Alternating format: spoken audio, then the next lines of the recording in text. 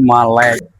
Halo guys, assalamualaikum. Jumpa lagi dengan saya Rizal. Oke, hari ini saya nak share resepi mie goreng basah daging. Siapa-siapa yang nak tahu dekat rumah tu nak masak mie goreng daging, korang tengok video ni sampai habis. Oke, kemudian follow Oke, tengok sini Rahman. Ni yang kita dah celur mie kuning. Kemudian daging ni kita dah rebus dah iris. Kemudian bawang putih, cili padi. Oke, sekarang jom masak. First minyak. First kita goreng dulu daging. Kita goreng sekejap. Oke. Kita tumis dulu. Kemudian cili bawang kita tumis sekejap.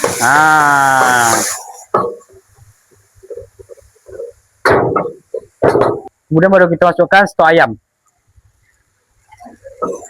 Ini untuk buka api. Kita perasa sikit uya haji, gula sikit, sos tiram, sos cili. Kemudian kita letak sedikit kicap sotong. Kemudian kicap pekat. Okey, dalam. Kita masukkan mie.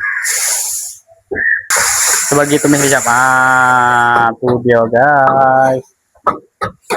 Okay, untuk sayur dia sawi, kemudian kubis. Okey, kemudian kita masukkan cili padi dengan cili merah. Kemudian kita gaul lagi sekejap.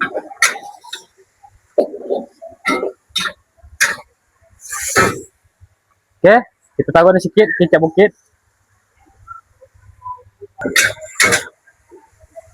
Kalau saya buat mie goreng basah, saya tak taruh telur tau.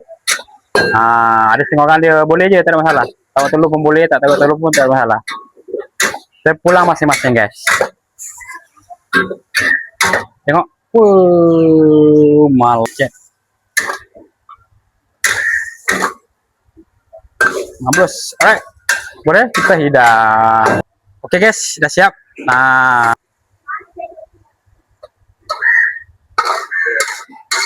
Oke guys.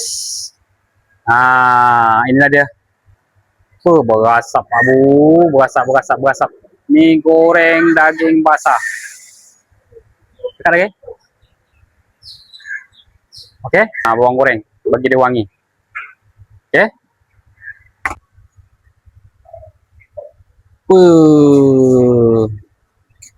Bismillahirrahmanirrahim.